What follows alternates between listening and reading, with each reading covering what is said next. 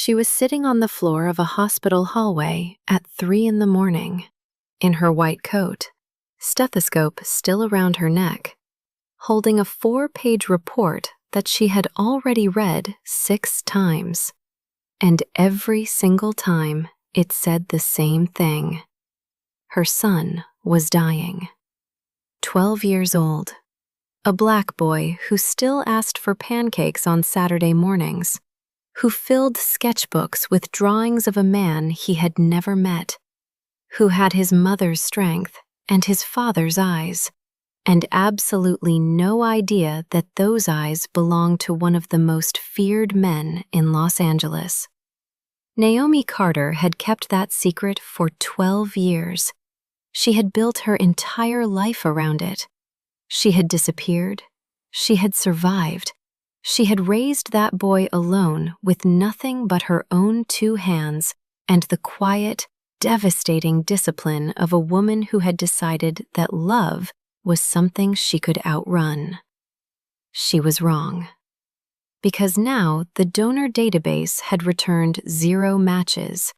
The window was closing, and the only person on Earth whose blood could save her son was the Korean Mafia boss she had vanished from without a word.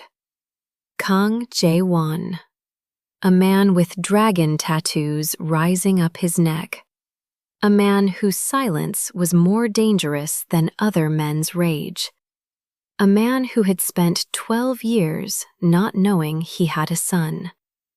And somewhere across the city that same night, that man was already sitting outside the hospital in the dark, engine off, unable to leave. He didn't know why yet, but the truth always finds its way home, no matter how carefully you bury it, no matter how many years you spend running. What happened when these 2 worlds collided will shatter everything you think you know about love, sacrifice, and the price of a secret kept just a little too long.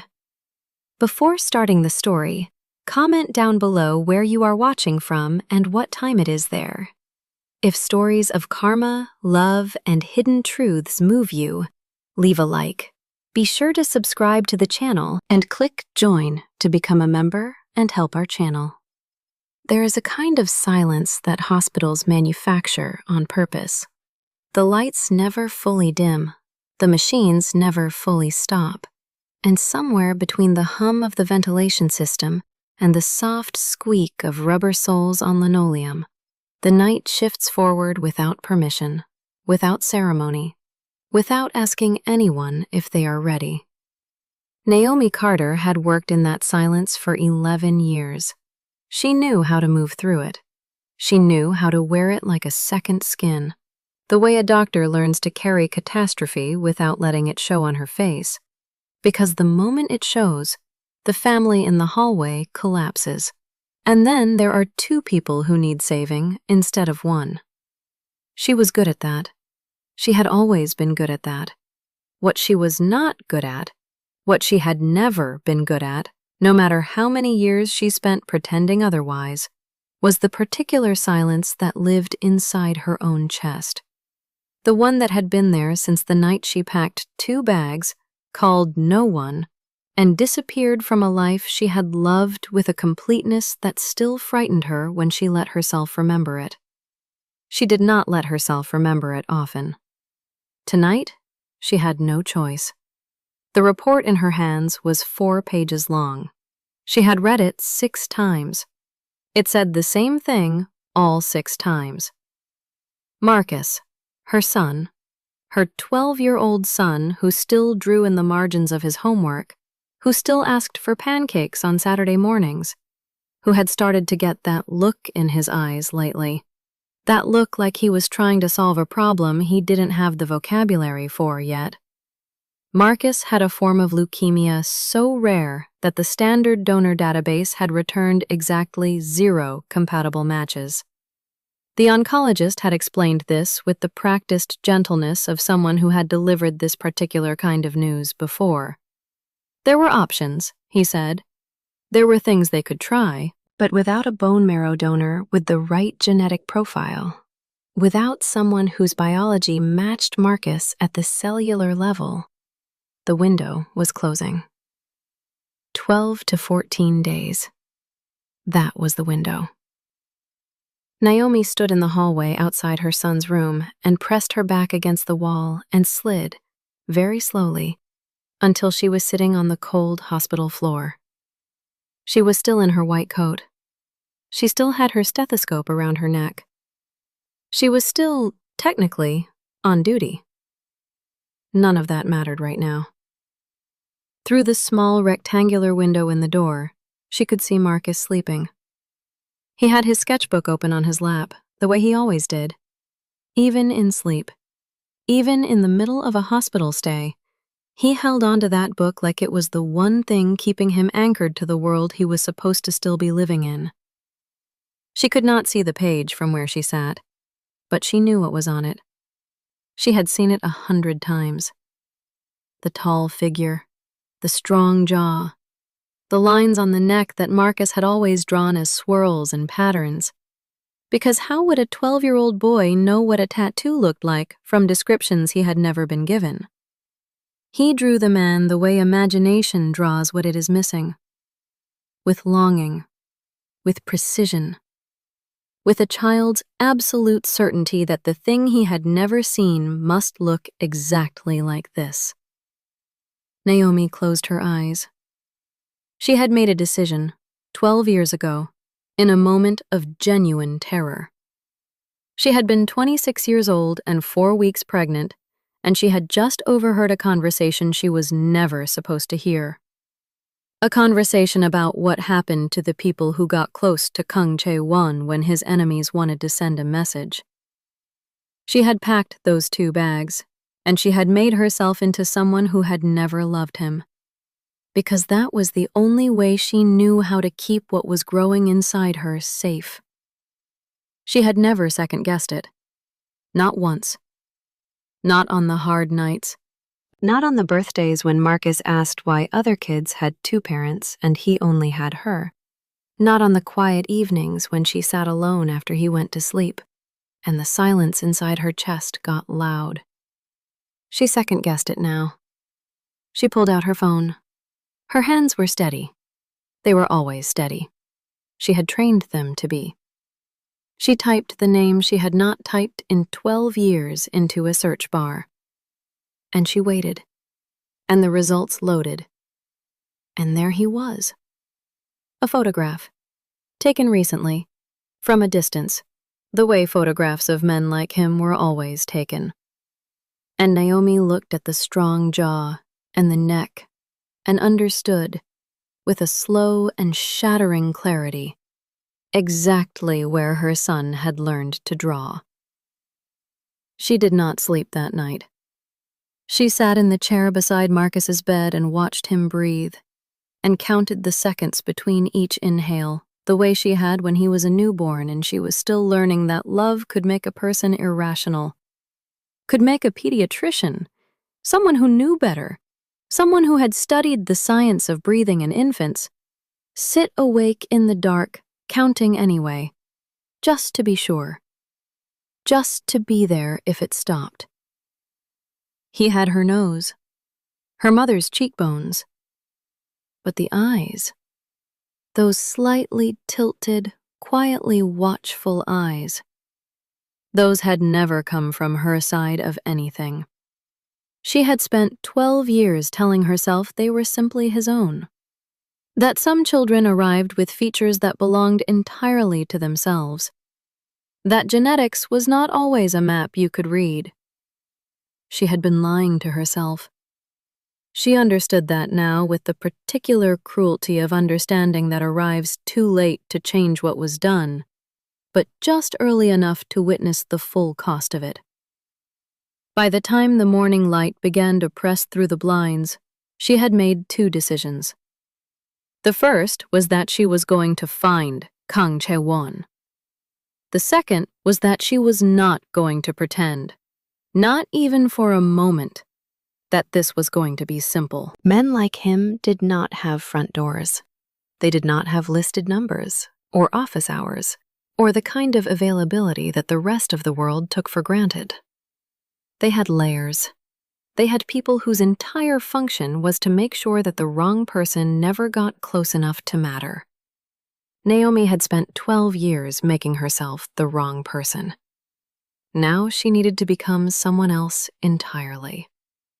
She thought of Elena Voss, a patient from 4 years ago, 8 years old, a fractured wrist, a mother who sat in the examination room with the specific stillness of a woman who had learned that drawing attention to herself was dangerous. Naomi had noticed. Naomi had always noticed things like that. She had taken her time. She had been gentle. And at the end of the appointment, the mother had pressed her hand and said, in a voice just above a whisper, that if Naomi ever needed anything at all, she should not hesitate. Naomi had taken her number out of professional courtesy and told herself she would never use it. She used it that morning. The call lasted less than 3 minutes. Elena listened without interrupting. When Naomi finished, there was a pause. Long enough to mean something, short enough not to be a refusal. And then Elena said she would pass the message. That was all. She would pass the message. No guarantee, no timeline, no comfort offered, because comfort was not something that moved in the circles Elena's husband occupied. Naomi hung up and went back to Marcus's room and spent the next 6 hours being his mother and his doctor simultaneously, which was the particular exhaustion she had built her entire adult life around. The skill of being both things at once, of never letting one collapse into the other, of holding the professional distance and the absolute love in the same 2 hands without dropping either. He asked her that afternoon, in the casual way that children ask the questions that are not casual at all, whether his father knew he was sick. She told him she was working on it. He looked at her for a moment with those quiet, watchful eyes, and then nodded, as if this answer confirmed something he had already suspected, and went back to his sketchbook. She watched him draw and did not say anything else, and the silence between them was not empty. It was full, the way silences between people who love each other are always full, carrying everything that words would only diminish. The call came at 9:47 that evening. A man's voice, no name given, an address, a time, the following morning, 10 o'clock, and a single sentence that told her everything she needed to know about what she was walking into. He will see you once. Come alone. She wrote down the address. She put her phone in her coat pocket. She stood in the hospital corridor under the lights that never dimmed, and breathed in and breathed out, and told herself she had handled hard things before. She had walked into rooms where the news was unsurvivable and delivered it anyway. She had stayed steady when steadiness was the only thing standing between a family and total collapse. This was just another room. She almost believed it. The address was in the hills above Silver Lake, a building that from the outside looked like a modernist architectural statement, and from the inside, she would later understand, was designed to make everyone who entered feel precisely as small and exposed as Jae-won wanted them to feel. She arrived 4 minutes early. She was taken upstairs by a man who did not speak and did not look at her directly, and moved with the particular efficiency of someone for whom the neutrality of his expression was a professional requirement. The room she was brought into was all glass and cold light. A long table, 2 chairs, and Kang Jae-won, standing at the window with his back to her, looking out over a city that, she understood, looking at the set of his shoulders, at the stillness he wore like armor, he considered entirely his own. He turned around, and the 12 years collapsed. Not gently, not gradually, all at once, The way a structure fails when the thing holding it together finally gives. Sudden, complete, and loud in a way that only she could hear. He looked exactly the same. Older, but the same. The jaw, the eyes, the tattoos rising from the collar of his shirt in the dark ink she had once traced with her fingertip in a life that felt, standing here, like it had happened to someone else. He said nothing for a long time. Then, "You have 30 minutes. She did not waste the 30 minutes. She had rehearsed this on the drive over. Every word, every pause, every place where she might lose her composure and what she would do to find it again. She had rehearsed it the way she rehearsed difficult conversations with parents in the oncology ward, stripping out everything that was not essential, keeping only what needed to be said, in the order it needed to be said. Because when time is limited and the stakes are absolute, sentiment is a luxury that nobody can afford. She put the photograph on the table between them. He did not move toward it immediately. He looked at it from where he stood, the way a man looks at something he is not yet ready to pick up. And she watched his face and saw, beneath the cold that he wore like a second skeleton, beneath the absolute stillness that she remembered and had spent 12 years trying to forget, something shift, something small, something that was gone before it fully arrived. He picked up the photograph. Marcus at 10 years old, on a Saturday morning, standing in their kitchen with flour on his shirt and a spatula in his hand and a grin that took up his whole face. She had chosen this one deliberately. Not the hospital photos. Not the ones where he looked sick and reduced and frightened. She wanted Jae-won to see the boy first. The living, grinning, flour-covered boy who made pancakes on weekends and drew in sketchbooks and asked impossible questions with the absolute confidence of someone who still believed that all questions had answers. She told him everything in the order she had rehearsed it. She told him about the night she left. She told him what she had heard and what she had been afraid of and why she had made the choice she made. And she told it plainly, without decoration, because she was not here to be forgiven, and she was not here to be understood, and she was not here to excavate the ruin of what they had been to each other. She was here for one reason. She told him about the leukemia. She told him about the compatibility requirements. She told him about the donor database and the 0 matches, and the 12 to 14-day window that was already, as of this morning, 11 days. She told him that Marcus was his son. Jae-won stood with the photograph in his hand and did not speak.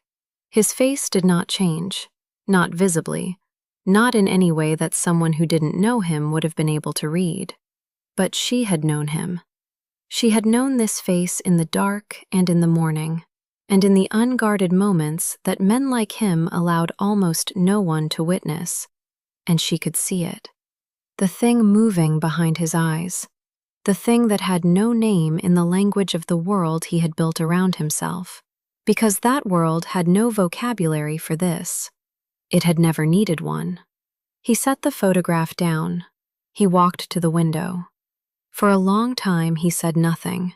And the silence in that room was not the manufactured silence of hospitals.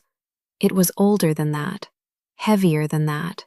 The silence of a man standing at the exact center of a life he had constructed with great care and precision, looking at the place where the foundation had just cracked open and revealed something he had never known was buried there. "Why are you telling me now?" His voice was quiet. That particular quiet she remembered, the kind that had nothing to do with calm. "Because he is running out of time," she said. "And because you are the only person on this earth whose biology can save him." "That is the only reason?" She held his gaze.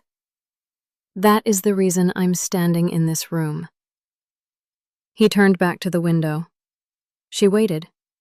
She had become very good at waiting, at holding a space open without filling it, letting the other person arrive at the thing they needed to arrive at in their own time. Because forcing the moment never worked, and she had learned that the hard way in examination rooms, and she had learned it the harder way in the years before that. "I want to see him," he said finally. It was not a question. It was not a request. It was the first thing he had said in that room that came from somewhere below the armor, and they both knew it. And neither of them acknowledged it directly, because acknowledgement would have required a tenderness that the room was not yet ready to hold. She told him the hospital, the floor, the room number.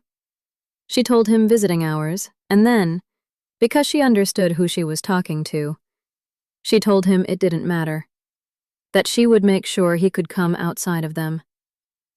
She was giving him access to her son. She understood the size of that. She understood that she was placing in this man's hands something that she had protected with her entire life for 12 years. And she did it anyway, because the alternative was a world without Marcus in it, and that was not a world she was capable of choosing. He said nothing else. He did not thank her. He did not make promises. He did not offer the reassurance that another man, in another life, might have reached for. He simply looked at the photograph one more time before she took it back. She left. That night, alone in her car in the hospital parking structure, she finally allowed herself to cry. Not for long. Not with the full weight of everything she was carrying. That weight would have been unsurvivable if she'd let it land all at once. Just enough. Just the pressure that had been building since 3 a.m. the night before, released in the dark, in private, where no one needed her to be steady. She wiped her face. She got out of the car. She went upstairs and sat beside her son and watched him sleep, and did not draw any conclusions about what came next, because drawing conclusions required believing in outcomes, and she had learned a long time ago that the only thing you could actually control was whether you showed up. She had shown up. That would have to be enough for tonight. What she did not know, what she could not have known, sitting in that chair in the quiet blue light of her son's hospital room, was that at that exact moment, 11 floors below and 3 miles west, Kang Jae-won was sitting in his car outside the hospital. He had driven there directly from the meeting. He had not told anyone where he was going. He sat in the dark with the engine off and looked at the lit windows of the building and did not go inside and did not leave, suspended in the space between the man he had spent 12 years becoming and something older, something that had apparently survived all of it, waiting with a patience he had never given it credit for. He sat there for a long time, and then, very slowly, he reached into the inside pocket of his jacket and took out his phone and called his personal physician and said 4 words. "I need a test." The results came back in 18 hours. Jae-won's physician was not a man who asked unnecessary questions. He had been in Jae-won's employ for 9 years and had learned, with considerable efficiency, that his function was precision and discretion, and nothing else. He delivered the results in person, as instructed, in a sealed envelope, and left the room without being dismissed because he understood, from the particular quality of the silence in that room, that he was no longer needed there. Jae-won opened the envelope alone. He read it once. Then he set it on the desk and looked at it the way you look at something that has just rearranged every true thing you believed about your own life. Not with shock, because shock requires surprise, and somewhere beneath every layer of armor he had built and every year he had spent convincing himself that what he'd lost with Naomi was simply the cost of the life he had chosen, he had already known. From the moment he picked up that photograph, From the moment he looked at that boy's eyes in a Saturday morning kitchen covered in flour and saw, looking back at him, the same watchful stillness he had seen in his own face every morning for 42 years. 98.7% compatibility. He sat with that number for a long time.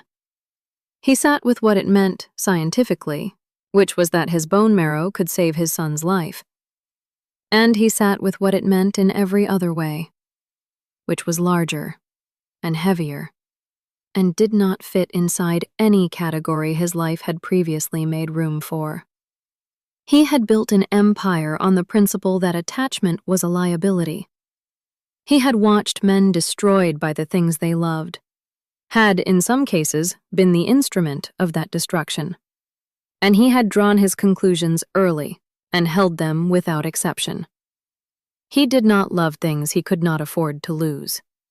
He did not allow proximity to anything that could be used against him.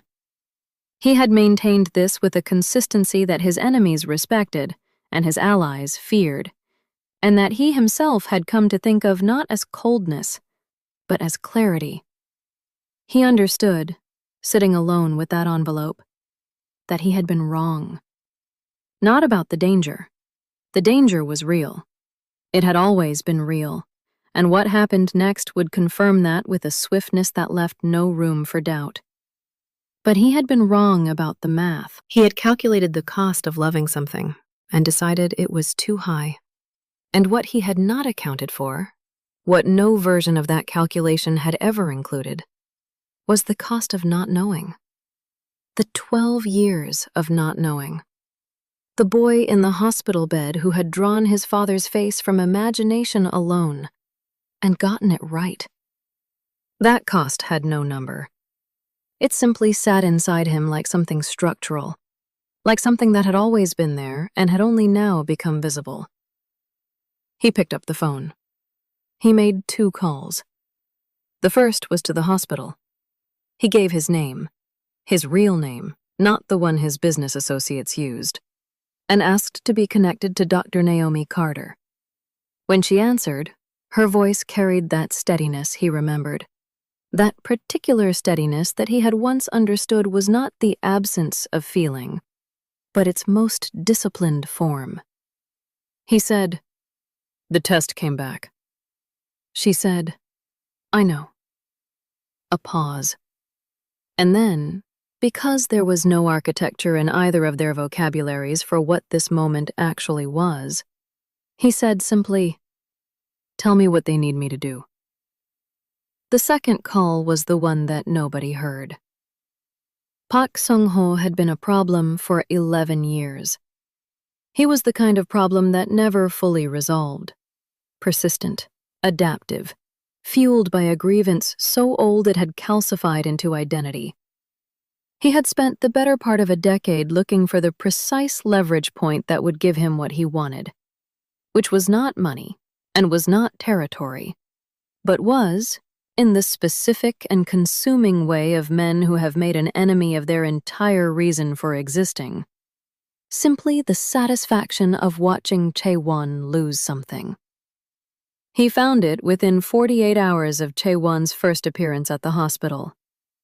The men who approached Naomi in the parking structure were professionals.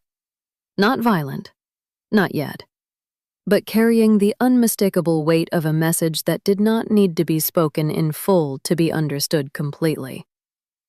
She understood it. She went directly to Jae-won, and she told him, and she watched his face while she told him. And what she saw there was not anger. Anger would have been something she recognized, something with edges she could have prepared for. What she saw was quieter than anger and considerably more final. He told her to take Marcus to the private wing of the hospital. He gave her a name, a doctor, someone he trusted, someone whose discretion was absolute. He told her not to leave the floor. He told her this in the same voice he used for everything, calm, exact, with the particular economy of a man who had never needed to raise his voice because the weight of what he said always arrived without it. She asked him what he was going to do. He looked at her for a moment, and in that moment, in the fraction of a second before the armor closed back over whatever had briefly surfaced, she saw it. The version of him that she had loved. The version that had sat across from her in a restaurant on a Tuesday night 13 years ago and laughed at something she said, and looked at her afterward with an expression that she had carried inside her like a pressed flower for 12 years, flattened but still recognizable, still holding the shape of what it had been. "What I always do," he said, "but for a different reason now." What happened over the following 24 hours existed in the space that the law does not fully illuminate, and that men like Jae-won have always occupied with a fluency that civilian life never develops. Park Sang-ho and the men he had positioned around the hospital were gone by morning. No confrontation that anyone witnessed, no evidence that pointed anywhere, just an absence where a threat had been, clean, complete, and carrying the unmistakable signature of someone who had decided that this particular problem was no longer something he was willing to tolerate. The procedure was scheduled for the following morning. Jae-won arrived at the hospital at 7 a.m. He wore no disguise. He gave his real name at the front desk. He signed the medical consent forms in a small room off the main corridor, and when he reached the field that asked for his relationship to the patient, he held the pen above the paper for just a moment, not from hesitation, but from the particular weight of a word that he was writing for the first time in his life, in a context that was entirely true. He wrote, "Father." The procedure took 4 hours. Naomi sat in the waiting area for all of it, still in her white coat, still wearing the steadiness that she had built her entire adult life around. Jae-won sat 2 chairs away from her, in silence, and neither of them spoke. And the silence between them was not empty and was not comfortable. It was the silence of 2 people sitting inside the full consequence of every decision they had ever made, together and separately, and choosing, in this moment, not to run from it. Marcus came through without complication. 3 weeks later, he was sitting up in bed with color in his face and his sketchbook open on his lap. And Tae-won was in the chair beside him, the chair that Naomi had occupied every night for weeks. And Marcus was showing him a drawing, and Tae-won was looking at it with an expression that no one in his professional life would have recognized, and that Naomi, standing in the doorway, recognized completely. Marcus had drawn the 2 of them, himself and the tall man with the tattoos on his neck, standing side by side. The proportions were slightly off. Marcus had always drawn figures slightly too tall, reaching toward something, but the likeness was unmistakable, and the detail he had added at the bottom of the page, in his careful 12-year-old handwriting, was 2 words: "My dad." Jae-won looked at those 2 words for a long time. And then Kang Jae-won, the man they called the Shadow, the man who had built an empire on the architecture of not needing anyone, the man who had not cried in front of another living person since he was 7 years old, pressed his hand over his mouth and looked away toward the window, and his shoulders moved once, and he did not make a sound. And that was enough. That was everything. Naomi stayed in the doorway and did not go in. This moment was not hers to enter. She had carried it for 12 years, had carried it alone, at great cost, with a discipline that had required the best of everything she had.